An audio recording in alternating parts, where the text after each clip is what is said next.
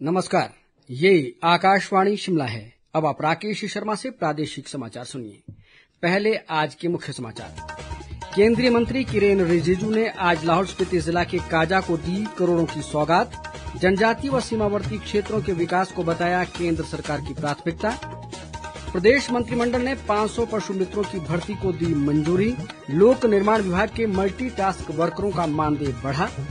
प्रधानमंत्री नरेंद्र मोदी कल आकाशवाणी पर मन की बात कार्यक्रम में अपने विचार करेंगे साझा।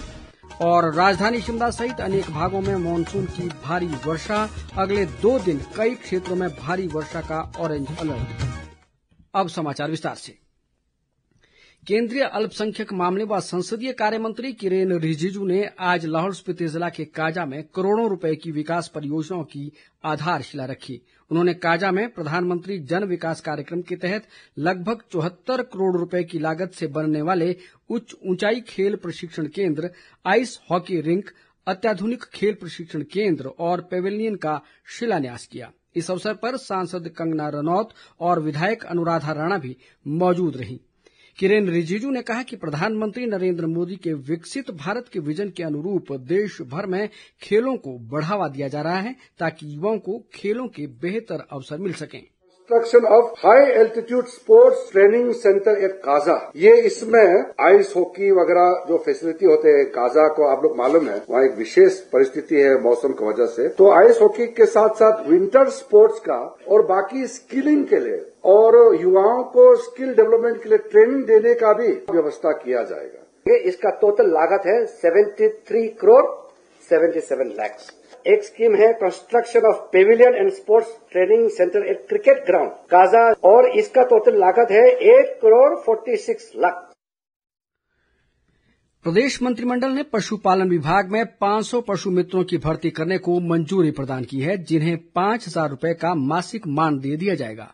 शिमला में आज मुख्यमंत्री सुखविंदर सिंह सुक्खू की अध्यक्षता में हुई राज्य मंत्रिमंडल की बैठक में ये निर्णय लिया गया।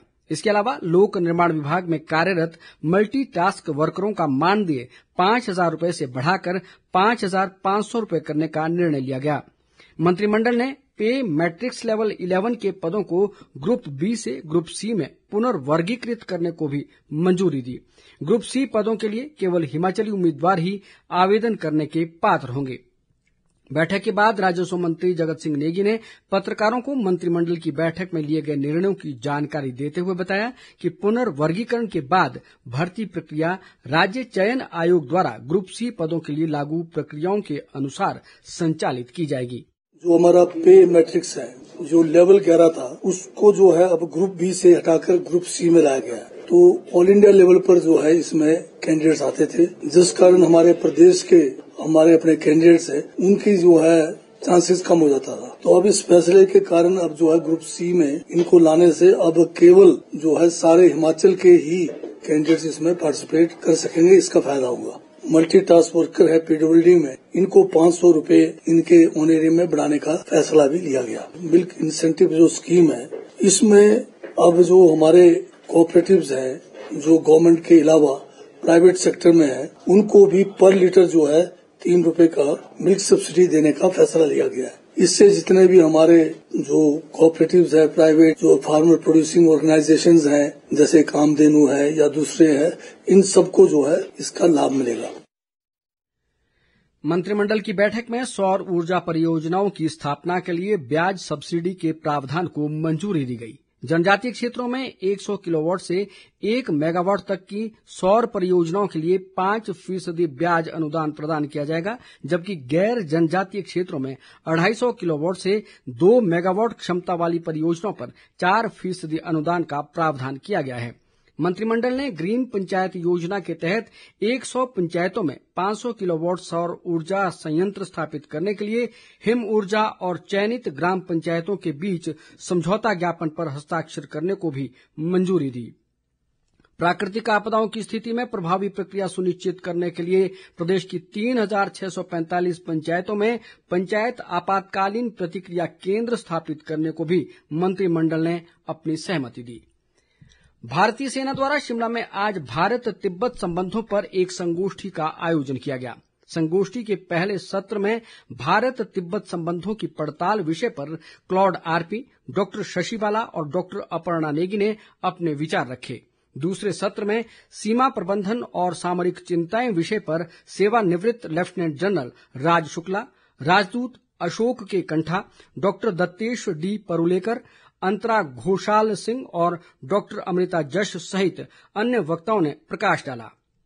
इस मौके पर सेंट्रल कमान के general officer commanding in chief lieutenant general Anindya Sen Gupta ने भी अपने विचार रखे। ताजा समाचारों के लिए आप हमारे Facebook page all India radio news Shimla, x handle @AIR News_Shimla और YouTube channel AIR Shimla news पर लॉग इन कर सकते हैं। प्रधानमंत्री नरेंद्र मोदी कल सुबह 11 बजे आकाशवाणी पर मन की बात कार्यक्रम में लोगों के साथ अपने विचार साझा करेंगे। ये इस मासिक रेडियो कार्यक्रम की 123वीं कड़ी होगी।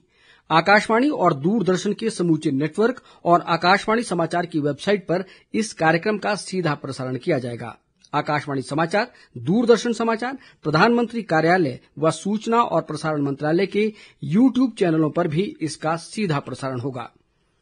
प्रदेश कांग्रेस अध्यक्ष प्रतिभा सिंह ने कहा है कि यदि पार्टी हाईकमान उन्हें फिर से पार्टी अध्यक्ष की जिम्मेदारी सौंपती है तो वे इसके लिए तैयार हैं।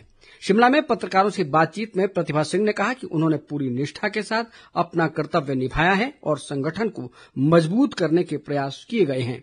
उन्होंने कहा कि पार्टी को बूथ स्तर तक मजबूत किया जाएगा।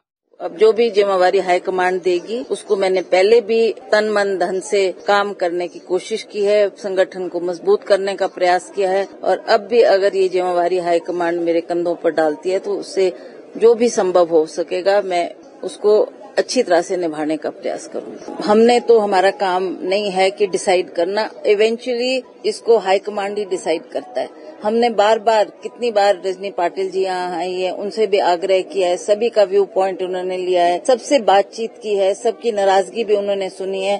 अब ये काम उनका है कि किस तरीके से वो हमारी बात हाईकमांड के समक्ष रखती है। प्रतिभा सिंह ने कहा कि 15 जुलाई को शिमला में ऐतिहासिक रिज मैदान पर पूर्व मुख्यमंत्री वीरभद्र सिंह की प्रतिमा का अनावरण किया जाएगा और पार्टी के राष्ट्रीय अध्यक्ष मल्लिकार्जुन खड़गे, सोनिया गांधी, राहुल गांधी और प्रियंका गांधी का भी इस समारोह में शामिल होने का कार्यक्रम है। हिमाचल प्रशासनिक सेवा के लिए प्रारंभिक परीक्षा कल आयोजित की जाएगी। इसके लिए प्रदेश भर में अनेक परीक्षा केंद्र बनाए गए हैं।